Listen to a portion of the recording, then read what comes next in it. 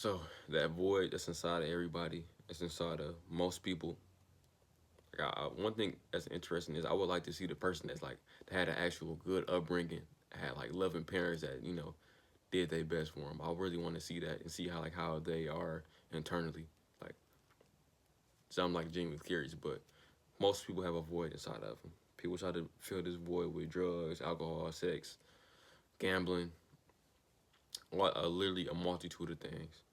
And one thing I had to realize was that void can only be filled by realization, and that void can only really be filled by purpose or love or God or any of those type of things. The thing about it in my head is that all those type of things are the same thing.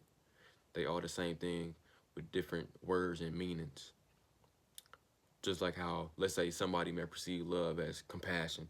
Some people may perceive love as possessive, even though it's a negative way of perceiving it. It's still a perspective. It's still a perception about it, and it can only really be filled by positive awareness, awareness in a positive manner.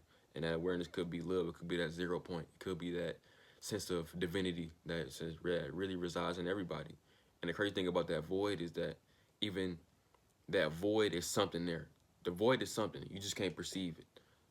And nobody can, not nobody can perceive it, but the unhealed person cannot perceive that. It's something there. And that's where the problem always lies, that you can't perceive what's in that void. But that void can be anything, anything of worth, anything of value. And in my own experience and in my own perspective, the only thing of worth, value in my mind is love. And the thing about love is such a great ocean, it's such a great water that it can change into anything that you put it to be. But the thing about love is that it has a baseline understanding of what it is. It's understandable, it's compassionate, it's nurturing, it's caring, it's so unconditional, it's so great, it's so powerful.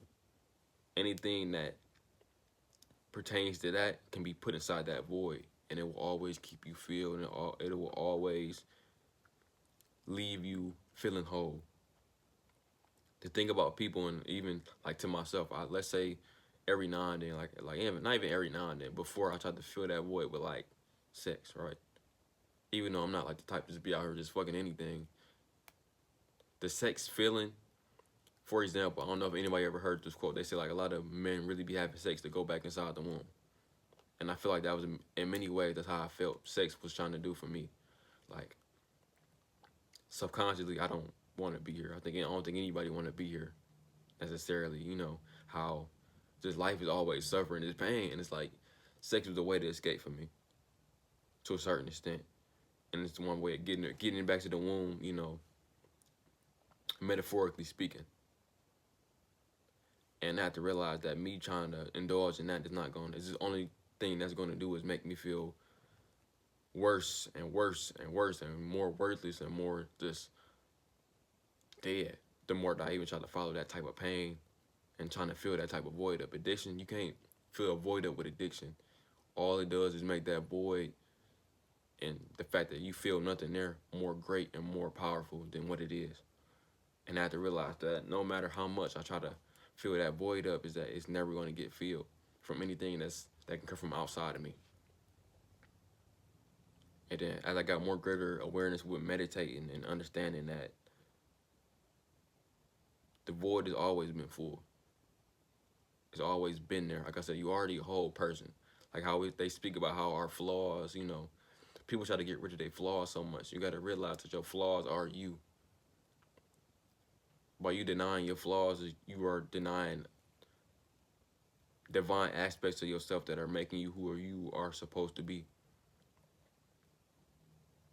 Like let's say the fact of, let's say something I see as a flaw in myself.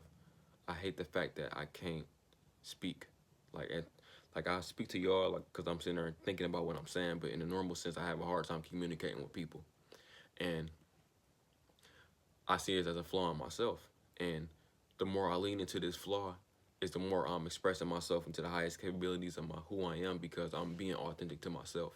And when I say that, I'm being real to myself, and people that may be dealing with that same problem can respect that and they can learn from it. And that's all it really is. I learn from myself by accepting my flaws. And with you accepting your flaws, you are filling up that perceived hole that may be inside your character, inside your personality, inside your body. And when one can understand that void has always been there, and these negative things that you may feel like you're missing have always been there, you become whole and you become able to live life with a different type of authenticity.